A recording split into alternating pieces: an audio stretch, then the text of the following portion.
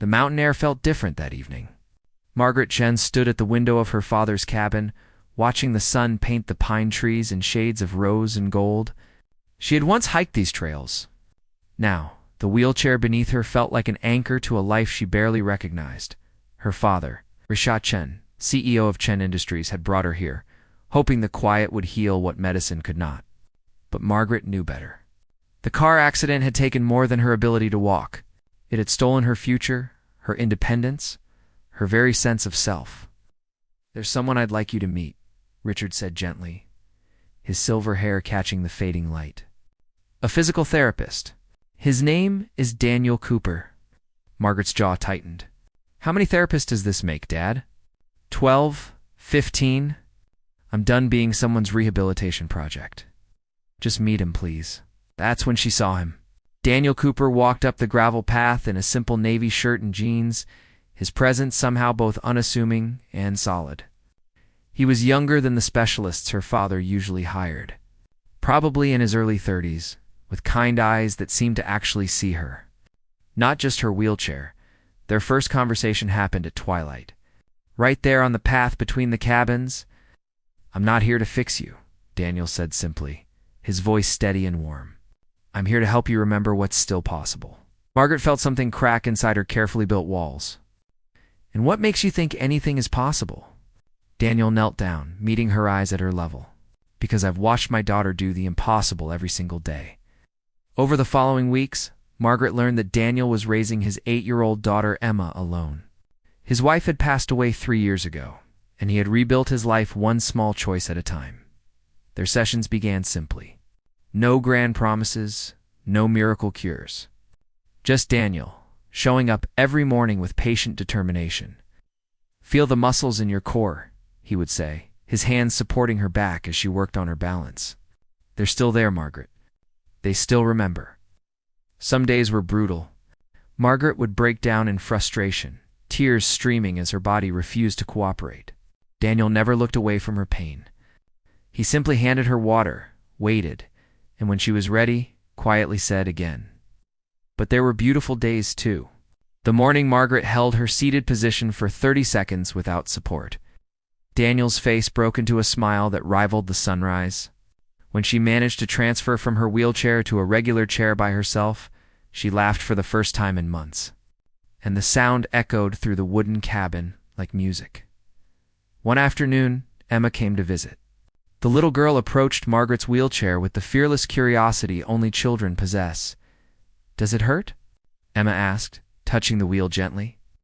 "Sometimes," Margaret answered honestly. "But not the way you might think," Emma nodded solemnly. "My heart hurt a lot when Mommy died. Daddy says some hurts just need time and people who care." In that moment, looking at this child who had faced loss and found the courage to smile again, Margaret felt something shift. Hope, perhaps. Or maybe just the willingness to try. The breakthrough came on a misty morning in late autumn. Margaret was attempting supported standing exercises. Daniel beside her, his presence steady and sure. "I can't," she gasped, her legs trembling. "You're already doing it," Daniel said softly. "Just 5 more seconds." Her father watched from the doorway, his hand pressed to his mouth. Margaret saw tears in his eyes, tears he had held back for so long while being strong for her. 3 more seconds, Daniel counted. "You've got this." When Margaret finally sat back down, her whole body shaking, she wasn't thinking about what she couldn't do anymore. She was thinking about those 15 seconds of standing. 15 seconds of possibility. That evening. As the sun painted the sky in familiar shades of pink and purple, Daniel sat on the porch steps near Margaret's chair. "Why do you do this?" She asked him. "Why care so much?" Daniel was quiet for a long moment. "After my wife died, I couldn't see past my grief. Then one morning, Emma asked me to help her tie her shoes. Such a simple thing. But I realized that showing up for these small moments, helping in whatever ways we can, that's how we honor the people we've loved. That's how we keep living." He turned to look at her, and in his eyes, Margaret saw something she hadn't seen in any doctor's or therapist's gaze before. Genuine respect. "You're stronger than you know, Margaret. Not because of how much you can lift or how far you can walk, but because you keep showing up, even when hope feels impossible. That takes real courage. Richard Chen approached them, his footsteps careful on the wooden deck. I've watched a lot of people in my life, he said, his voice rough with emotion. Built a company on reading character, on knowing who to trust. Daniel, you've given my daughter something I couldn't buy with all my resources. You've given her back her belief in tomorrow. As autumn deepened into winter, Margaret's progress continued in small, precious increments. Some days were setbacks. Many were struggles. But there were also moments of genuine joy, standing with support to look out the window at the first snow, laughing at Emma's silly jokes during their visits, feeling her core muscles grow stronger week by week. The mountains that had once felt like a prison became a sanctuary. The cabin filled with the sounds of life. Margaret's determined breathing during exercises. Emma's laughter, Daniel's steady encouragement. Richard's proud voice on phone calls telling friends about his remarkable daughter. One evening, as snow began to fall softly outside, Margaret sat by the fire with her father.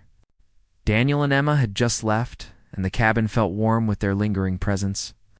I'm not the same person I was, Margaret said quietly. Richard took her hand. No, you're not. You're braver. You're wiser. You're someone who knows that strength isn't about never falling. It's about learning to rise, whatever rising looks like for you. Margaret squeezed her father's hand, looking into the fire. She thought about Daniel's quiet persistence, Emma's innocent wisdom, her father's unwavering love. She thought about all the people who show up in small ways, offering help without fixing, presence without pity, hope without false promises. The road ahead was still long. There would be hard days and setbacks. But Margaret Chen had learned something precious in these mountains. Healing doesn't always look like going back to who you were. Sometimes it looks like becoming someone new. Someone stronger for having been broken and brave enough to rebuild. And sometimes, hope arrives in the form of a single father with kind eyes who kneels down to your level and whispers, I'll help you remember what's possible. If this story touched your heart, please like, share, and subscribe for more tales of courage, kindness, and the human spirit. Leave a comment sharing a time when someone's simple act of kindness changed your perspective. Your stories matter, and this community grows stronger when we share our journeys together.